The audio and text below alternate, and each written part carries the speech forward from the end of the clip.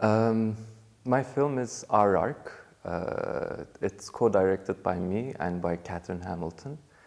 Our Ark is a film about climate crisis simulations, but it is about our efforts to create a virtual replica of the world, especially in this time, which is in the midst of climate crisis.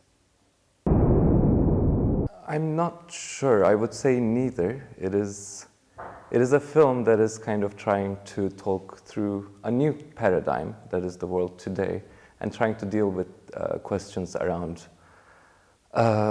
technology, around climate urgency, and trying to look at it from a perspective that hasn't been articulated a lot before.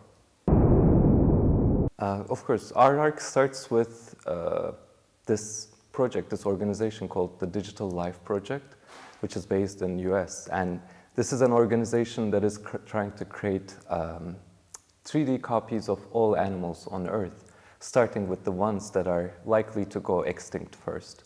But this is not the only effort to create the virtual copies of things on Earth.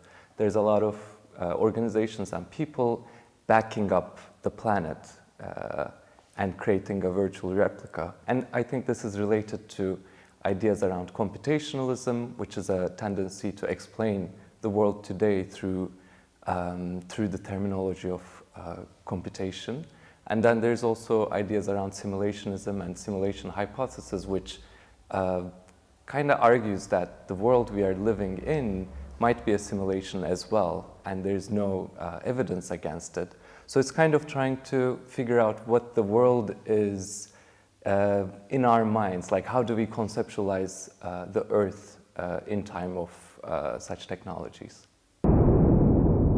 I have no one view, but what I think is that the climate crisis is a new era that we are in. It's a new paradigm. And with this paradigm, there's many new practical questions, but also a lot of philosophical questions as well. Questions about how we see ourselves, how we organize our societies, and how we will live in this era. So I don't have a fixed view of the future, but I think it is a very kind of important time of negotiating what the future will be and how we are going to live there. And I think, it seems very scary, of course, but it is also exciting, and it should be exciting because it's a period of renegotiation, and future is always ripe with possibilities.